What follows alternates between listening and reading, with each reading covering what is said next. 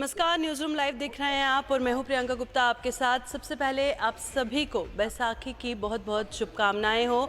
तस्वीरें हम आपको दिखाएंगे कि पूरे हिंदुस्तान के साथ जम्मू कश्मीर में भी किस तरह से बैसाखी की जो धूम है वो देखने को मिल रही है। सबसे पहले जम्मू और पुंछ की तस्वीरें आपको दिखाएंगे, फिर आपको लिए चलेंगे श्रीनगर, जहाँ पर गुरुद्वारा छठी पातशाही से हमारे संवाददाता हमारे साथ लाइव ज्वाइन करेंगे। सबसे पहले ये तस्वीरें जम्मू और पुंछ से देखिए, जहाँ पर बैसाखी की धूम देखने को मिल रही है। जोरों शोरों से बैसाखी का ये पर्व मनाया जा रहा है और वहीं पर श्रीनगर का भी रुख करेंगे। वादी कश्मीर में किस तरह की धूम है वो भी हम आपको बताएंगे।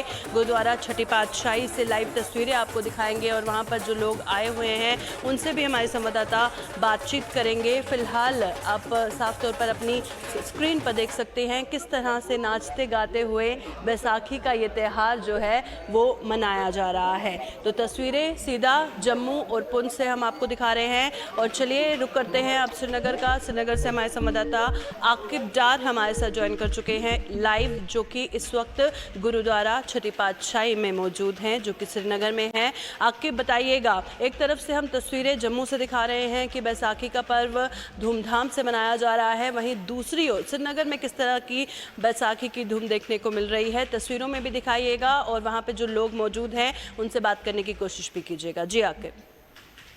देखिए प्रियंका, सबसे पहले बात करते हैं पूरी दुनिया के साथ साथ जम्मू कश्मीर में भी इस दिन को जो है बड़े जोश और खरोश से मनाया जा रहा है। और जम्मू कश्मीर की बात करेंगे, बिलखुसूस वादी कश्मीर की बात करेंगे तो सिख समुदाय के जो लोग हैं वो हर एक गुरुद्वारे की तरफ पहुंचे हैं। और सबसे बड़ी जो तकरीब है वो श्रीनगर के छठी पातशाही में मुनक्किद की जा रही है। अभी हम इसी छठी पातशाही में मौजूद है, जहां पे सबसे बड़ी तकरीब मुनक्किद की जा रही है। और वो वादी कश्मीर के कोने कोने से सिख समुदाय के जो लोग हैं वो यहाँ पे पहुंचे हैं। और यहाँ पे जो है बाज़ाब्ता तौर यहाँ पे अभी पूजा की जाती है। और यहाँ पे जो है बाज़ाब्ता तौर यहाँ पे हर एक चीज का यहाँ पे इंतजाम रखा गया है। बाज़ाब्ता तौर यहाँ पे जो आज श्रीनगर में सबसे बड़ी तकरीब की जा रही है। और ये आप तस्वीरों में देख सकते हैं, जहाँ पे अभी जो है हजारों के तादाद में जो है सिख समुदाय के जो लोग हैं वो यहाँ पे पहुंचे हैं। और यहाँ पे बाज़ाब्ता अभी यहाँ पे पूजा भी हुई है। और सबसे बड़ी चीज जो है यहाँ पे जो कही जा रही है वो ये है कि यहाँ पे लंगर लगा हुआ है। और लंगर के साथ साथ यहाँ पे इस बैसाखी की बात करेंगे तो इस बैसाखी में जो है सबसे बड़ी चीज होती है, लोग नए कपड़े पहनते हैं और नए कपड़ों के साथ साथ बच्चे भी काफी ज्यादा खुश रहते हैं। लेकिन सबसे बड़ी चीज है कि आज दो त्योहार सबसे बड़े हैं, एक जुम्मतुल विदा है और दूसरी तरफ से जो है छठी पातशाही में अभी जो है सबसे बड़ी तकरीब चल रही है। तो ये आप खुद अंदाजा लगा सकते हैं कि ये किस चीज की तरफ हमें इशारा कर रहा है। और सबसे बड़े जो त्योहार जो दो है, एक जो है बैसाखी है, दूसरा जमतुल विदा है। और जमतुल विदा के मौके पे भी जम्मू कश्मीर में जितने भी मसाजिद है या खानकाह है वहां पे भीड़ रहती है। लेकिन आज गुरुद्वारे भी में भी काफी ज्यादा जो है लोग जमा हो चुके हैं, क्योंकि आज बैसाखी और सबसे बड़ी जो तकरीबें होती है वो इसी गुरुद्वारे में होती है। कुछ लोगों से बात करने की कोशिश करेंगे, जानने की कोशिश करेंगे आज इस दिन के बारे में और कितनी अहमियत का एक दिन है, ये सब पे बात करेंगे। सर, सबसे पहले बहुत बहुत शुक्रिया आपका। सर, आपको बहुत बहुत शुक्रिया और बैसाखी मुबारक है आपको। ये बताएं इस दिन के बारे में और कितना महत्वपूर्ण ये दिन है, ये जरा बताएं। मेरा नाम गुरमीत सिंह बाली है। मैं ट्रेजर गुरुद्वारा प्रबंधक कमेटी श्रीनगर। आज हम अपने खालसा पंथ को 42वां जो गुरु गोबिंद सिंह जी ने आज के दिन 1699 केसगढ़ आनंदपुर साहब के पंजाब में आज ही के दिन अमृत छिका के, क्योंकि ये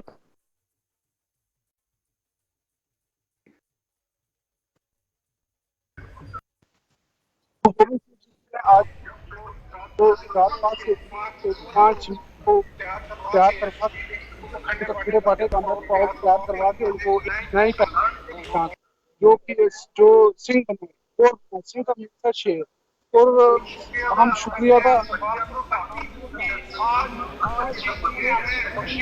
रास्ते पे चलते हैं, क्योंकि हमें जो उपदेश गुरु नानक के अव्वल सुना है आपने, अव्वल अल्लाह नूर पाया कुदरत के सब बंदे एक मुझसे सब जग उपजिया कौन भले। इस दुनिया में कोई भी बुरा नहीं, समान है। हमें जो गुरु साहब ने जो इक्वालिटी, एक प्रॉस्पेरिटी और हमेशा गरीब गुरबा जरूरतमंदों को साथ लेकर चलने की, उनकी मदद करने की हमें जो हिदायत दी है, और उसी पे हम कायम। और आज के दिन हम अरदास करते हैं जो जहाँ पे हम रहते हैं कश्मीर की धरती पे, यहाँ पे अमन, अमान, पीस, प्रायोरिटी, क्योंकि आज जुमातुल फितर भी है। मैं आपके चैनल के वसातत से, और रमजान का पाक महीना चल रहा है, मैं अपने मुस्लिम भाइयों को अपनी गुरुद्वारा प्रबंधक कमेटी की तरफ से अपनी दिल की अमीर गहराइयों से इस पाक महीने के लिए जुमातुल विदा पर, देखिए कितनी अच्छी बात है, अपनी दिल की अमीर गहराइयों से मुबारकबाद देते। और देखिए जहाँ पे हम ये खड़े हैं छठी पाचे, यहाँ खूबी है जी, और जो प्यार है यहाँ पे हमारे मुस्लिम भाई हमें आ रहे हैं, मुबारकबाद देने आ रहे हैं। पातशाही से हमारे संवाददाता आकिब डार हमारे साथ जुड़े हुए थे और वहाँ पे जो लोग मौजूद थे उनसे भी बातचीत कर रहे थे। और ये कश्मीर में कितनी धूमधाम के साथ बैसाखी का पर्व मनाया जा रहा है लाइव तस्वीरों में दिखा रहे थे। चलिए न्यूज़ रूम में हमारे सहयोगी अनिल हैं हमारे साथ, जो अगली खबर से आपको रूबरू करवाएंगे। जम्मू कश्मीर की सियासी गहमा गहमी से जुड़ी बड़ी खबर से अनिल आपको रूबरू।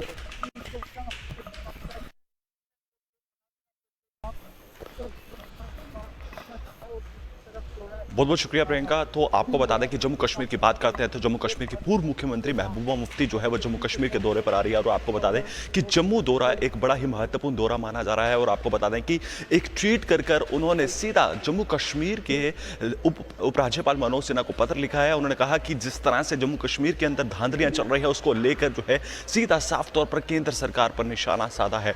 और कहीं ना कहीं उन्होंने कहा कि जिस तरह से यहाँ पर ब्लैक लिस्टेड कंपनियां हैं वो उनको किस तरह से काम दिया जा रहा है, तो उसको लेकर जो है सीधा जम्मू कश्मीर की पूर्व मुख्यमंत्री महबूबा मुफ्ती की बात करते हैं। हालांकि जम्मू जो है वो 4 दिवसीय दौरे पर आ रही हैं और इसी के साथ साथ आपको बता दें कि कल उनकी इफ्तियार पार्टी है, इफ्तियार पार्टी में वो भी शामिल होने वाली है। क्योंकि एक बेहद अहम ये साफ तौर पर देखने को मिल रहा है कि जम्मू कश्मीर के अंदर जिस तरह से हम देख रहे हैं कि लगातार विपक्षी दल जो है वो केंद्र सरकार को जो है वो कटघरे में उतारता हुआ नजर आ रहा है। तो इस वक्त जो बड़ी जानकारी साफ तौर पर देखने को मिल रही है कि जम्मू कश्मीर की पूर्व मुख्यमंत्री महबूबा मुफ्ती की बात करते हैं तो 4 दिवसीय दौरे पर जो है वो जम्मू कश्मीर खासकर जम्मू दौरे पर आ रही हैं। और इसके साथ साथ एक महत्वपूर्ण दौरा जो है वो साफ तौर पर माना जा रहा है। ये भी कहा जा रहा है कि जम्मू कश्मीर, हालांकि जब जम्मू पहुंचेंगे तो जम्मू में सीधा साफ तौर पर उनकी कई सारी बैठकें हैं और कोर ग्रुप बैठक भी है। और कहीं ना कहीं इन कोर ग्रुप की बैठक में बड़े ही महत्वपूर्ण विषय जो है वो रहने वाले हैं, जिसमें जम्मू कश्मीर के नौजवानों के भविष्य को लेकर जो है विषय अहम रहने वाला है।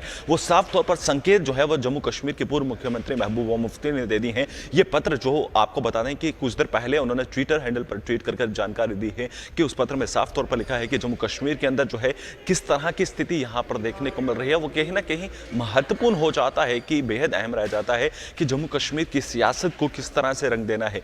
ये साफ तौर पर मंशा दर्शाने की कोशिश की जाती है। और इसी के साथ साथ आपको बता दें कि 4 दिवसीय दौरा जो है वो बड़ा ही महत्वपूर्ण रहने वाला है। और जम्मू कश्मीर की पूर्व मुख्यमंत्री महबूबा मुफ्ती की बात करते हैं तो उनका एक दौरा, हालांकि इससे पहले कई अहम दौरे जो है वो जम्मू कश्मीर में हो चुके हैं और जम्मू कश्मीर में ये बेहद अहम दौरा जो है वो माना जा रहा है। क्योंकि अगर हम बात करते हैं तो जम्मू कश्मीर में इस समय जो महत्वपूर्ण दौरा जो है, क्योंकि लगातार हम देख रहे हैं कि सियासी घमासान जो है वो जम्मू कश्मीर और देश के अंदर बना हुआ है, उसको लेकर लगातार जो है महबूबा मुफ्ती जो है आवाज़ उठाती हुई नजर आती हैं। मगर आज एक बार फिर से ट्विटर हैंडल की बात करते हैं तो ट्विटर पर उन्होंने एक ट्वीट में जम्मू कश्मीर के उपराज्यपाल मनोज सिन्हा जी को पत्र लिखा है, जिसमें जम्मू कश्मीर की स्थिति को लेकर जो है साफ तौर पर जिक्र किया है। और बेहद अहम ये दौरा रहने वाला है, क्योंकि ये कहा जा रहा है कि आज जम्मू में लगभग 4 बजे के करीब जो है वो यहाँ पहुंचेंगे और उसके बाद जम्मू कश्मीर में, खासकर जम्मू संभाग के अंदर बात करते हैं तो जम्मू के अंदर जो है अपनी सियासत को सरगर्मियों के साथ जो है और भी तेज करेंगी। अगली खबर के साथ आपको रूबरू करवाएंगे। अगली खबर जो है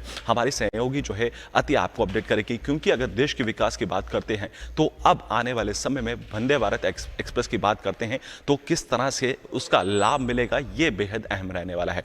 तो अतिया आपको अपडेट करेगी।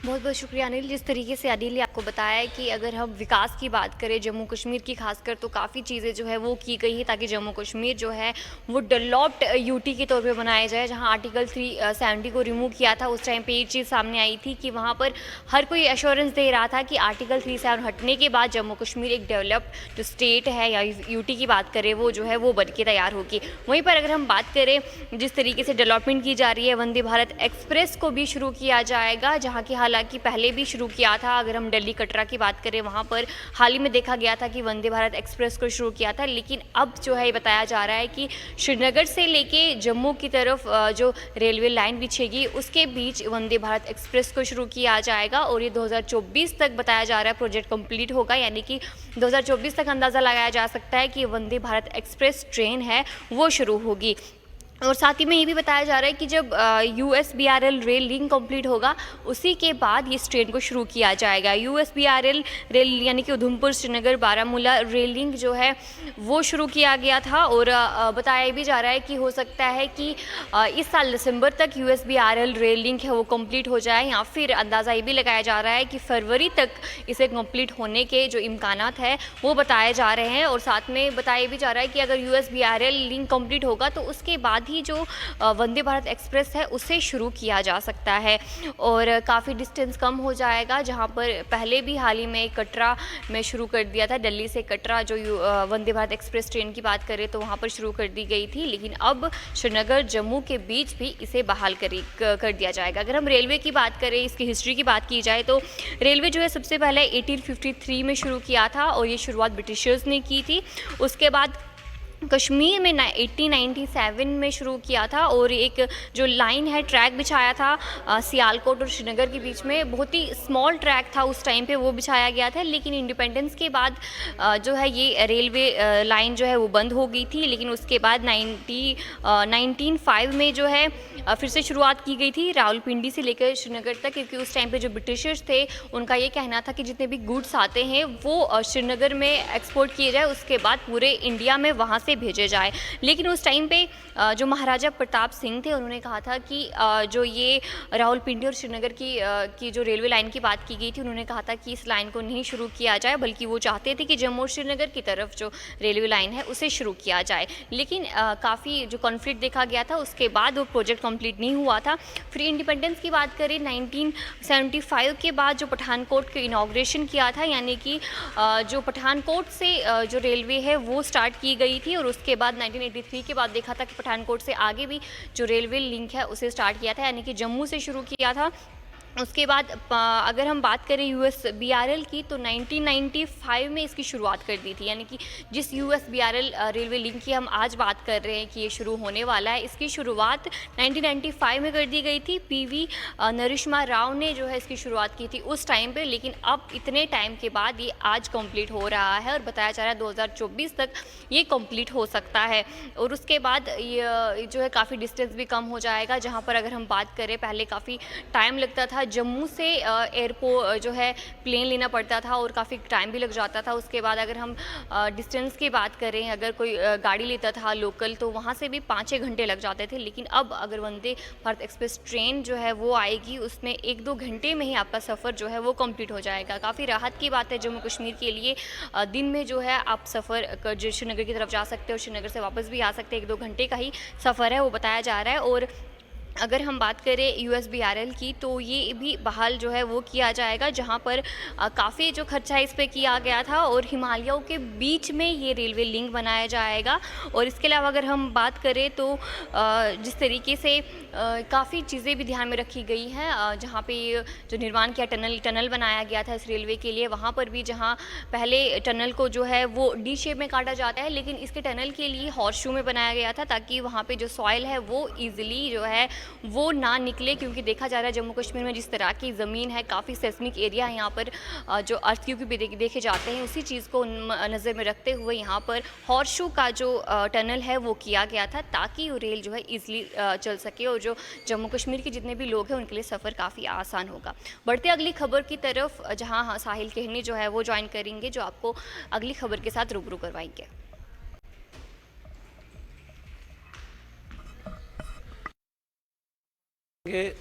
आरएसपुरा रेलवे स्टेशन की प्राचीन धरोहरें हमें मानव समाज और सभ्यता के साथ साथ इतिहास से भी रूबरू करवाती हैं। यही कारण है कि ऐतिहासिक और प्राचीन धरोहरों का समाज में एक विशेष महत्व होता है। नई पीढ़ी और प्राचीन संस्कृति और सभ्यता के साथ साथ इतिहास से रूबरू करवाने वाली इन धरोहरों का संरक्षण करना सरकार और आम लोगों की ही उत्तरदायित्व है। लेकिन सरकार और आम लोग अपने इस दायित्व को कितना निभा रहे हैं, इसका जीता जाता नमूना है आरएसपुरा का रेलवे स्टेशन। ये रेलवे स्टेशन आज सरकार और आम लोगों की बेपरवाही के कारण अपनी हालत पर आंसू बहा रहा है। देखिए इस पर हमारी एक खास रिपोर्ट।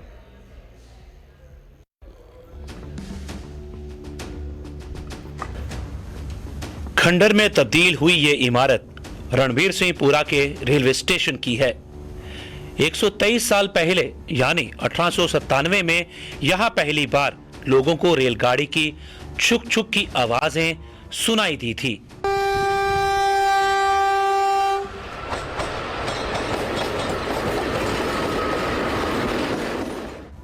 इस इमारत में आरएसपुरा के ना जाने कितने लोगों ने बैठकर रेलगाड़ी का इंतजार किया होगा। इस इमारत ने आरएसपुरा के विकास में एक अहम योगदान दिया है और इस स्टेशन के बनने से आरएसपुरा में विकास का एक नया दौर शुरू हुआ था, जिसने इस क्षेत्र के लोगों की कायाकल्प की थी।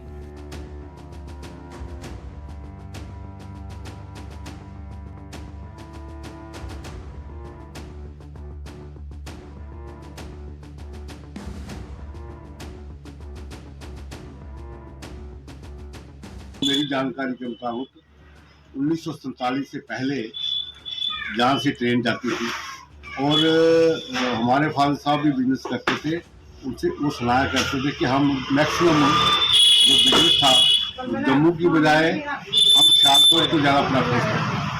पूरी ये मंडी हमें नज़दीक पड़ती थी और साधन भी बहुत थे जाने के यहाँ से, तो इसलिए सियालकोट की मंडी को ज़्यादा प्रेफरेंस दिया जाता है। सीमा के उस पार भी सियालकोट रेलवे स्टेशन की इमारत अभी भी मौजूद है। टिकट विंडो से लेकर इमारत का हर हिस्सा बुजुर्गों की स्टेशन पर की गई उस समय की चहलकदमी का एहसास दिलाता है। रेलवे स्टेशन की इमारत के साथ रेलवे ट्रैक के अवशेष अभी भी मौजूद हैं, जो इस रेलवे लाइन के इतिहास को अभी तक जिंदा रखे हुए हैं। सियालकोट के वजीराबाद जंक्शन से जम्मू की अनाज मंडी यानी वेयर हाउस तक चलने वाली इस रेलगाड़ी के सफर की यादें आरएसपुरा के कुछ लोगों के जहन में अभी भी ताजा हैं।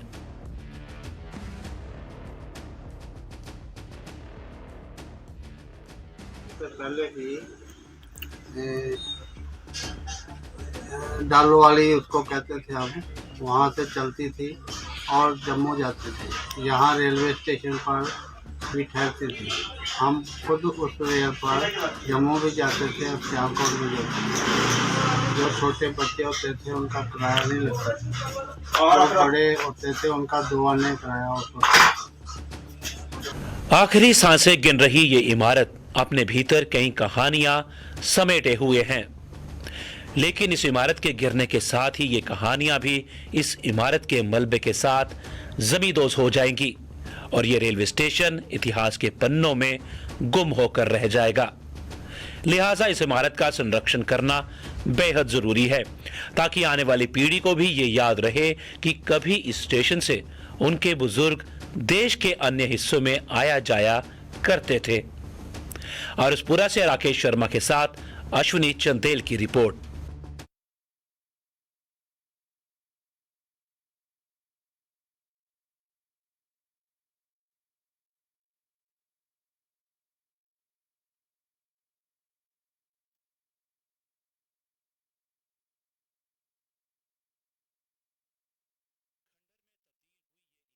देखा हमने कि आरएसपुरा का बहुत ही पुराना रेलवे स्टेशन, लेकिन इसकी हालत क्या कुछ बनी हुई है वो तस्वीरों ने बताया। तो चलिए आइए अब बात करते हैं JKPDCL की, यानी कि Jammu Kashmir power development corporation limited की, जिनका एक आंकड़ा सामने आया है। और इस आंकड़े में ये देखने को मिल रहा है कि जहाँ पर जम्मू में जो पावर कंजम्पशन है वो बहुत कम है, लेकिन जम्मू के जो लोग हैं वो टैरिफ बहुत ज़्यादा देते हैं, यानी कि जो किराया है बिजली का वो बहुत अधिक मात्रा में भरते हैं। और वहीं पर अगर हम जम्मू के आंकड़े को कश्मीर के आंकड़े के साथ देखते हैं तो कश्मीर में जो पावर कंजम्पशन है वो बहुत ज़्यादा है, लेकिन जो टैरिफ पे किया जाता है वो बहुत कम है।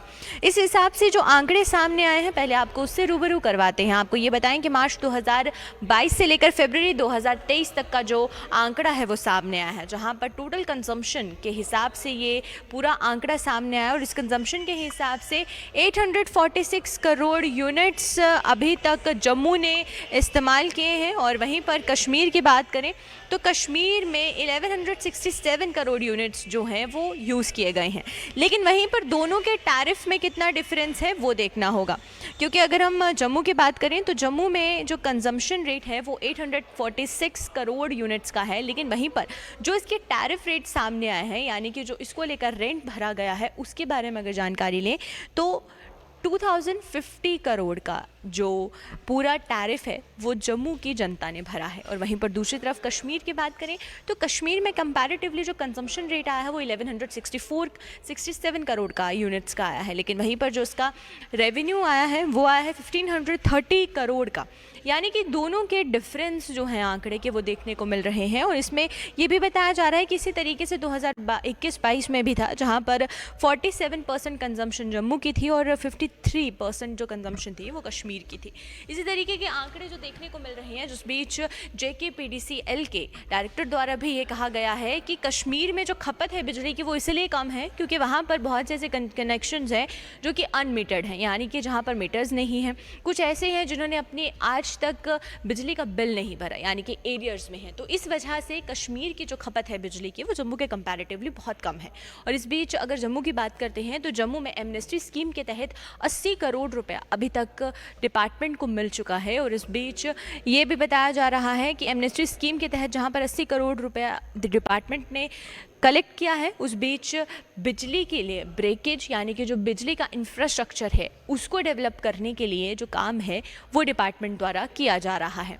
तो ये जो आंकड़े हैं ये हमें देखने को मिले, जो कि JKPDCL यानी कि Jammu Kashmir power development corporation limited द्वारा सामने आए हैं, और जिसमें कि ये देखने को मिल रहा है कि जहाँ पर जम्मू में बिजली की कंजम्पशन बहुत कम है, लेकिन टैरिफ कंपैरेटिवली कश्मीर के मुकाबले बहुत ज़्यादा जम्मू रीजन भरता है। और वहीं पर जहाँ अभी तक 92,000 तक के स्मार्ट मीटर्स इंस्टॉल किए गए हैं और जिसको अब 2.5 लाख करने की बात कही जा रही है। तो चलिए अभी के लिए आज के न्यूज़ रूम लाइव में सिर्फ इतना ही। आप मुझे दीजिए इजाज़त। नमस्कार।